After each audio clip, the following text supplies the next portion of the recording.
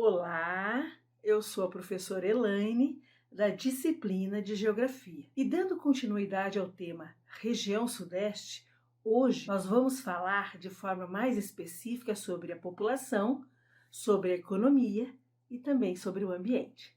Vamos lá? Abram o livro didático de vocês na página 36 e vejam comigo. Como falamos nas aulas anteriores, o Brasil ele é formado por 5 regiões. São elas a região Norte, a região Sul, a região Sudeste, a região Centro-Oeste e a região Nordeste. Nós vamos dar continuidade a falar sobre a região Sudeste, que é formada por 4 estados: Espírito Santo, Rio de Janeiro, São Paulo e Minas Gerais. Quase a metade da população brasileira está concentrada na região Sudeste. Ela é uma das mais populosas e uma das mais povoadas. Possui um mercado consumidor muito amplo. Isso consequentemente, nós temos aí uma demanda de produtos e também de serviços. E essa demanda, gente, ela influencia diretamente no PIB brasileiro. O que seria o PIB? O Produto Interno Bruto.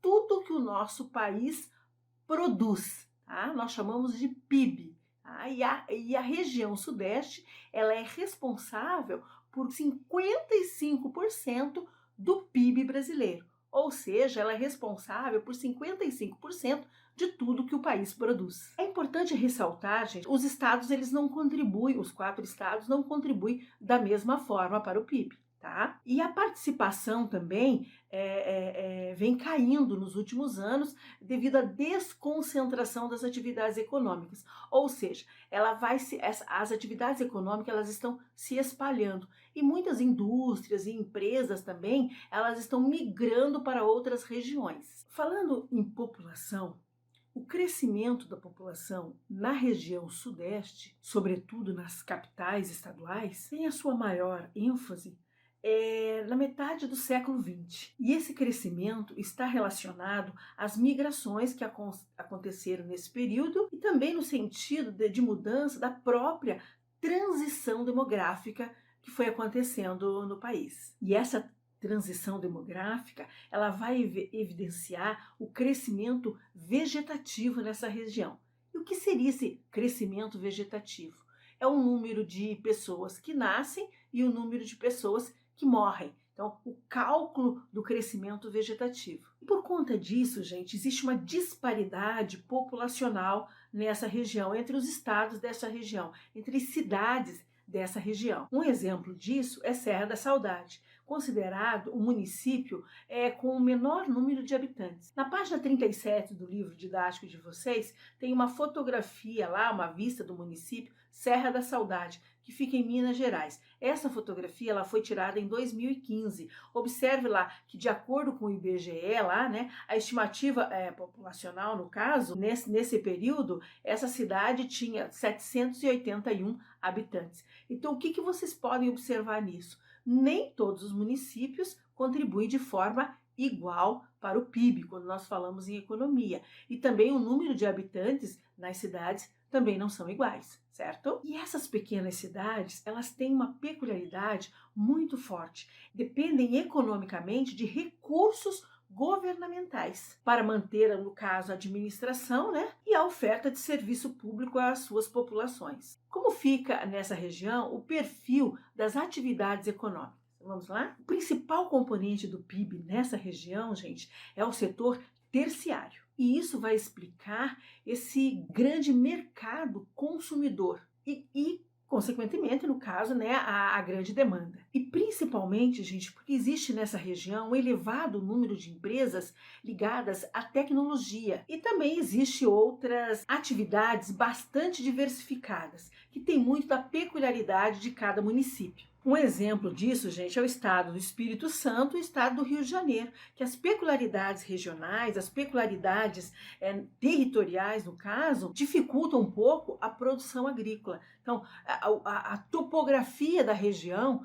dificulta um pouco a produção agrícola. Mas sobre isso, né, o estado do Espírito Santo, por exemplo, ele tem grande destaque na silvicultura, no caso a produção de celulose e papel, além do cultivo de cana-de-açúcar e do café. Já o estado do Rio de Janeiro, gente, ele produz praticamente hortaliças, legumes e frutas, tal qual ali no cinturão verde, chamado cinturão verde. Pequenas e médias propriedades com agricultura familiar. E essa agricultura familiar é que abastece as grandes cidades, gente. Agora, o estado de Minas Gerais e o estado de São Paulo, eles são grandes produtores nacionais de diversos produtos. Um exemplo disso é o estado mineiro, que é o maior produtor de café do nosso país. E tem uma participação importante na produção de milho e também de feijão. Minas Gerais é conhecido também pela produção de gado leiteiro, laticínios e derivados do leite. Cerca de 1/4, gente, da produção de leite do país vem do estado de Minas Gerais, ou melhor, sai do estado de Minas Gerais. Falando do estado de São Paulo agora, na questão econômica, né? Ele está entre os principais estados do país, fortemente com culturas como cana-de-açúcar, laranja, amendoim, além do café, feijão, né? E silvicultura. A produção, gente, de cana-de-açúcar e de laranja movimenta uma enorme cadeia produtiva e está relacionada a exportações do nosso país e coloca o Brasil como um dos maiores exportadores desses produtos. E a exportação desses produtos, no caso processados ou não processados, é o que nós chamamos de commodities. O que são commodities, gente? São produtos primários que vêm lá do primeiro setor da economia com pouca ou nenhuma transformação, tá? Não passam pelo segundo setor da economia. Ele é vendido já do primeiro setor direto para exportação. E são vendidos por preços definidos pelo comércio, no caso, e pela demanda internacional. Os preços desses produtos, eles são definidos de acordo com a demanda internacional, de acordo com o comércio e a demanda internacional. E essas commodities, elas ajudam a elevar o saldo do que nós chamamos aqui de balança comercial do país. Os estados fluminenses, no caso, no Rio de Janeiro, por exemplo, e Capixaba, não se destacam tanto na produção agrícola. No entanto, ambos são produtores de commodities como o petróleo, tá? Os estados que têm reserva de petróleo no nosso país têm destaque Rio de Janeiro, Espírito Santo e São Paulo. Gente, a exploração, o refino, o transporte e a produção de derivados de petróleo movimenta, gente, uma gigantesca cadeia produtiva que favorece os estados detentores dessas reservas petrolíferas e também, gente, as refinarias desses produtos. Esses estados também recebem o chamado royalty, que é uma compensação pela exploração desse produto em seus territórios. Então, essa compensação, gente, que é chamada de royalty, ela é paga pelas empresas que exploram esse petróleo, né, aos municípios, à Marinha, no caso, né, e à União. Muitos municípios, gente, eles aumentam a sua receita significativamente a partir desses royalties. E existe uma discussão também sobre quem deve receber esses royalties de fato. E a discussão recai sobre quem deve receber: os municípios, os estados que devem receber esses royalties, ou todos, de modo geral. Um exemplo dessa discussão está também no estado de Minas Gerais, se nós fôssemos observar.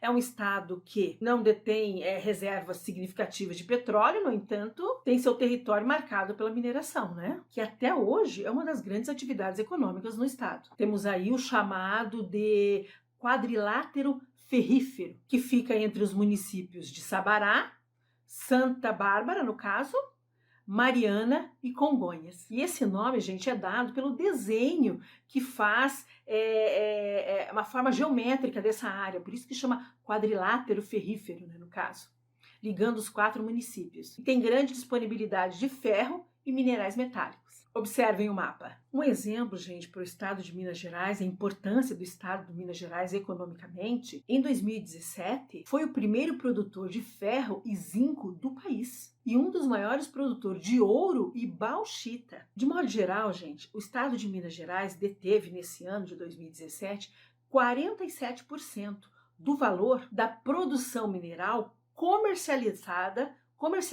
no nosso país. A produção mineral de Minas Gerais atende principalmente as siderúrgicas, no caso, que estão instaladas no estado de São Paulo, Rio de Janeiro e Espírito Santo, além das que estão instaladas no seu próprio estado. E os destinos das exportações, no caso do que é extraído do estado de Minas Gerais, vão para os países como China, Estados Unidos, Japão, os Países Baixos, no caso, Holanda, também Argentina. E o Porto de Tubarão, gente, que fica no estado do Espírito Santo, ele é a principal porta de saída desses produtos. Agora, no que se refere ao setor secundário, no caso, o setor industrial, o setor da transformação, esse corresponde a 20% do PIB dos estados. Mas essa participação, de acordo com dados, ela vem diminuindo essa participação por conta da desindustrialização. O que seria isso? E o que é essa desindustrialização? É uma mudança social e econômica causada por eliminação ou mesmo redução da capacidade industrial e atividades do país. Agora vamos falar um pouquinho da questão do ambiente, do meio ambiente. Tanto no espaço rural como no espaço urbano, existem problemas ambientais. No espaço rural, nós temos ali a questão do agrotóxico, nós temos o desmatamento, nós temos as queimadas. E no espaço urbano, por conta da quantidade grande de população e de consumo também, nós temos aí a questão do resíduo sólido, né, que é um dos maiores problemas na questão urbana, né, no setor urbano. Essa população urbana produz uma enorme quantidade de lixo, podemos dizer assim. E é importante lembrar, gente, que a produção de lixo ela não ocorre só no consumo do produto, não. Ela ocorre também no processo produtivo e também no transporte dessas mercadorias. Um outro exemplo, no estado de Minas Gerais, um dos maiores exemplos que nós temos aí, né? A grande produtividade de mineração faz com que existam